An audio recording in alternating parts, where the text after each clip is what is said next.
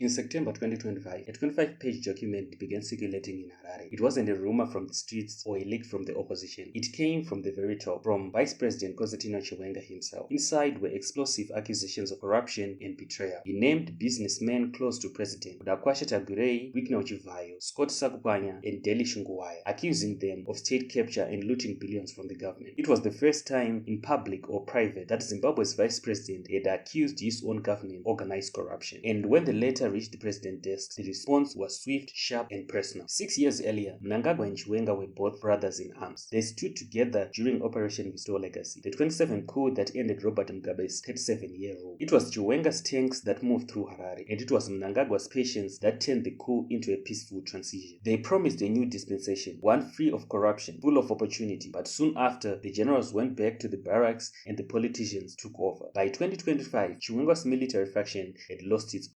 The men who once moved tanks now watched businessmen move billions. In September, Chiwenga submitted his dossier to the Politburo. It accused Mnangagwa's allies of plundering public funds through fuel, gold, and infrastructure contracts, naming Tagurei as the architect of a shadow economy. But the real danger wasn't in allegations. It was in what they implied, that the president's circle was beyond the law, that the power itself was being traded like a currency. And then, within days, the regime struck back. The official response came from Justice Minister Zimbabwe, a 25-page rebuttal that dissected Chiwenga's accusation line by line. But instead of defending the facts, it attacked the man. It called Chiwenga emotional, ignorant, and immature. It mocked his lack of ideological discipline, and it ended with a sting. It wasn't just a rebuttal, it was a humiliation, printed and circulated to every corner of the ruling party. Then came the public defense. President Mnangagwa didn't respond directly, but his allies did. Chief among them was Chris Muchangwa, the party's outspoken spokesman. His message was unmistakable. Chiwenga had broken ranks. He was trying to put the president on trial, and that, Muchangwa said, would tear the country apart.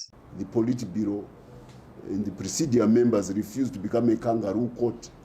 Vice President, President. To Muchangwa, this wasn't just loyalty, it was warning. In ZANU PF, those who look through the rearview mirror rarely make it to the next election. At the heart of Chiwenga's accusation was one man, Mnangagwa Tagurei, a businessman with deep pockets and deeper political connection. He's been called Zimbabwe's kingmaker, Mnangagwa's financer, and the invisible force behind the party's power. In Zimbabwe's rebuttal, the government confirmed that Tagurei had donated over 5 million liters of fuel, $1.6 million in food to ZANU PF. What Chiwenga saw as evidence of corruption, Mnangagwa's camp celebrated as proof of patriotism. In modern Zimbabwe, it seems money doesn't just buy influence, it builds a revolution. But behind the corruption debate lies the true motive, power beyond 2028. Chiwenga accused Mnangagwa's ally of plotting to extend his rule to 2030. The rebuttal didn't deny it. Instead, it said the people will decide. The language was careful, the message was not. We are totally opposed to it.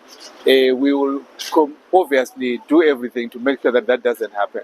It is wrong for any political party on its own to want to impose a constitution on the people. If the constitution could be changed once, it could be changed again. And then, just weeks later, Mnangagwa made his boldest move yet. He secured the inclusion of businessman Mnangagwa Tagurei into ZANU PF Central Committee, the most powerful decision-making body in the party. It was the moment Chiwenga had tried to stop for years. Now, it had finally happened. Analysts say this marks the beginning of Mnangagwa's succession plan, one that bypasses the military entirely. If Tagurei ascends after 2028, it will end the liberation war generations hold on power. For the first time in 4 decades, Zimbabwe's next leader may not be a soldier, but a businessman. In 2017, the generals said they were restoring legacy. 8 years later, the legacy is being rewritten by the very men who restored it. As Chiwenga fades from the front line and Tagurei rises to the inner circle, the question isn't just about who succeeds Mnangagwa. It's whether the revolution itself survives it. Because when power no longer flows from the gun, but from the wallet, a new kind of struggle begins.